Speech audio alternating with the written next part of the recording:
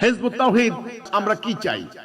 আমরা চাই আল্লাহর দেওয়া বিধান, আল্লাহর দেওয়া হুকুম দিয়ে এই রাষ্ট্র সমাজ পরিচালিত হবে।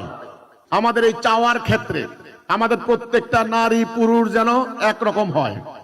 নারী এক কথা, পুরুষ এক কথা। সুনামগঞ্জের মুজাহিদ এক কথা বলে, সাতক্ষীরা আরেক কথা বলে। নো, কথা হবে একরকম।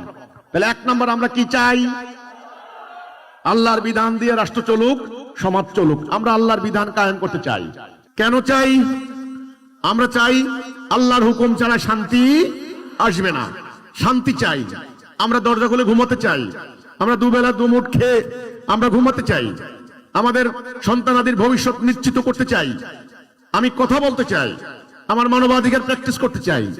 আমার বাক স্বাধীনতা চাই। আমার সাংস্কৃতিক কর্মকাণ্ড করতে চাই। আমার নারীদের নিরাপত্তা চাই, সুরক্ষা চাই। আমি তাদের নিরাপদ পরিবেশ চাই।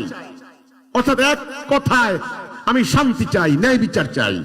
এই শান্তির জন্যই আল্লাহর বিধানের কোনো বিকল্প নাই। তাহলে দুই নাম্বার আমরা কেন চাই? শান্তি, নিরাপত্তা, ন্যায় বিচার ইত্যাদির জন্য আমরা আল্লাহর দ্বীন চাই। এই বর্তমান ব্যবস্থা প্রমাণিত হয়ে গেছে আমাদেরকে শান্তি দিতে পারবে না, শান্তি দিতে পারে নাই। জনগণও বিশ্বাস করে এদের দ্বারা শান্তি আসবে না।